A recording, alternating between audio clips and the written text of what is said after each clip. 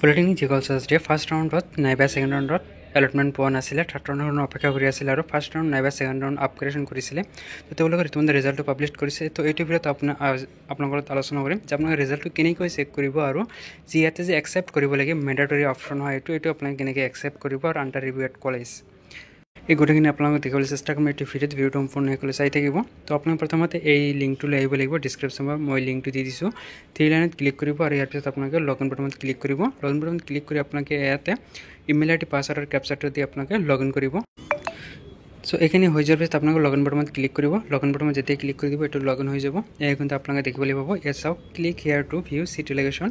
আপোনালোকে চিম্পলি ইয়াৰ ওপৰত ক্লিক কৰিব লাগিব। গোটেইখিনি আপোনালোকে ইয়াতে দেখিবলৈ পাব যে কোন কলেজত আপুনি কোন ব্ৰাঞ্চত পাইছে। এইটো চাওক ইয়াতে যদি আপোনালোকে স্পষ্টকৈ দিয়া আছে যে কি ৰাউণ্ড ইয়াতে থাৰ্ড ৰাউণ্ড বুলি দিয়া আছে আৰু EWSত কিন্তু এই চিটটো পাই গৈছে। তো ইয়াতে চাওক কোন কলেজত পাইছে কোন ব্ৰাঞ্চত পাইছে সেইটো ইয়াতে লিখা আছে। ইয়াত চাওক এইটো কিন্তু ইয়াতে লিখা আছে মেকানিকেল ব্ৰাঞ্চত কিন্তু পাই গৈছে বাক্সা পলিটেকনিকত।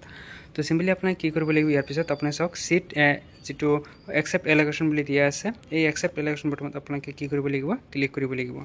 এইখিনি ক্লিক কৰি দিয়াৰ পিছত গোটেইখিনি আপোনাৰ ইয়াতে শ্ব' কৰিব। সেইখিনি শ্ব' কৰি দিয়াৰ পিছত আপোনালোকে চাওক 3টা অপশ্যন বুলি দিয়া আছে ইয়াতে। এই 3টাই আপোনালোকে কি কৰিব লাগিব ট্ৰেক মাৰ্ক কৰিব লাগিব। এই 3টাই ট্ৰেক মাৰ্ক কৰি আপোনালোকে ছাবমিট বাটনত আপোনালোকে ক্লিক কৰিব লাগিব। ছাবমিট বাটনত যেতিয়া ক্লিক কৰিব এইটো ছাবমিট হৈ গ'ল আৰু আণ্ডাৰ ৰিভিউ এট কলেজ বুলি দেখুৱাইছে। আণ্ডাৰ ৰিভিউ এট কলেজ বুলি দেখুৱাৰ পিছত আপোনাৰ ইয়াত আৰু অনলাইন কৰিব লাগিব কাম নাই। আপোনাৰ কলেজত যাই পিনে ডকুমেণ্টছখিনি আপোনালোকে ভেৰিফিকেশ্যন কৰিব লাগিব।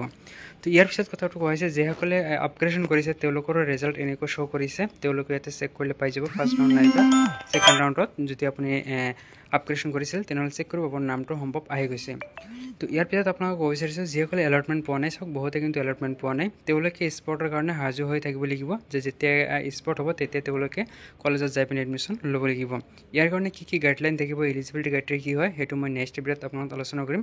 আপোনালোকে যদি চিট পোৱা নাই এতিয়ালৈকে চেনেলটো ছাবস্ক্ৰাইব কৰিব, কাষত বেল আইকনটো প্ৰেছ কৰি ৰাখিব যাতে স্পটৰ যিবিলাক নটিফিকেশ্যন আহে যিবিলাক গাইডলাইন আহে এলিজিবিলিটি থাকে সেইখিনি যাতে আপোনালোকে চাব পাৰে আৰু কোন কলেজত কোন ব্ৰাঞ্চৰ চিট খালী আছে সেই কলেজত সেই ব্ৰাঞ্চত আপোনাৰ কাষ্ট অনুযায়ী যাতে আপুনি এডমিশ্যনটো ল'ব পাৰে সেইখিনি তথ্য যাতে আপোনালোকে পাই থাকে ইয়াৰ কাৰণে আপোনাৰ চেনেলটো ছাবস্ক্ৰাইব কৰি বেল আইকনটো প্ৰেছ কৰি ৰাখিব।